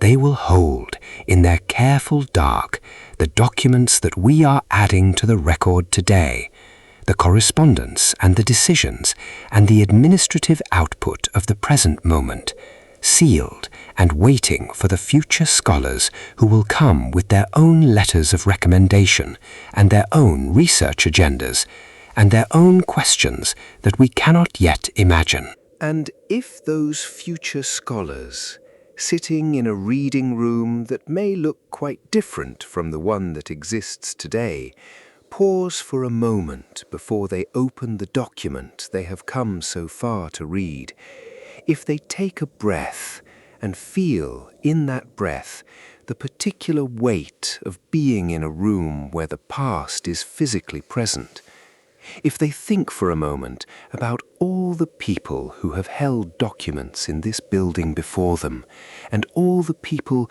who will hold documents here after them, if they feel, even briefly, the enormous continuity of the human need to record and preserve and remember, then the work of all those archivists across all those centuries will have justified itself in that single quiet moment. That is what the silence of the archive contains. Not secrets, not conspiracies, not hidden gospels or extraterrestrial correspondence. Just the accumulated record of human beings doing what human beings have always done, trying to make sense of the world, trying to leave a trace, trying to ensure that what happened was not simply lost, that the words spoken and the decisions made and the letters written in fear or hope or love or desperation would persist beyond the lives of the people who spoke and decided and wrote them. The archive holds that trace. The archive keeps those words. The archive ensures that persistence. And now, as the story settles, as the corridors of all that history begin to soften into something more like a dream, let the image be simply this: a long building, or a series of long buildings, in the heart of a small city, in the heart of a large city. The lights are low, the air is precisely managed, the temperature is held exactly where the most fragile things need it to be. The shelves stretch away into a kind of permanent quiet, carrying their 85 kilometers of the world's memory. Outside, Rome breathes its ancient, restless breath. The cobblestones cool in the night air. The fountains murmur in the dark. The dome of St. Peter's stands against the stars. And inside, in the archive, everything waits. Everything waits as it has always waited, as it will go on waiting, with a patience that makes human time feel very brief and very small, and in its smallness somehow very precious. Sleep well. The records are kept. The memory is held. The silence is complete.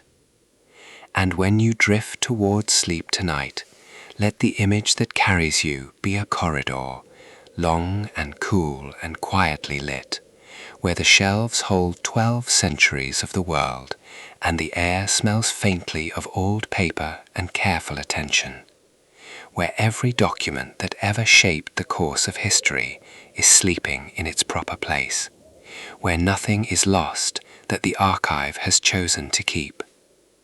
The lights are low. The temperature is precise. The silence is absolute. The shelves hold what they have always held, the long memory of a world that keeps reaching back to understand itself, that keeps asking what happened, that keeps needing to know that the evidence of what was said and done and decided is still there, waiting, preserved in the cool and the careful dark of a place that was built for exactly this purpose. 12 centuries of memory, 85 kilometers of shelving, one word that was never quite what we assumed it was, and a silence that has been holding the world's oldest secrets, and its most ordinary ones, and everything in between, with the same unhurried, uncomplaining, luminous care for longer than most civilizations have existed. Good night.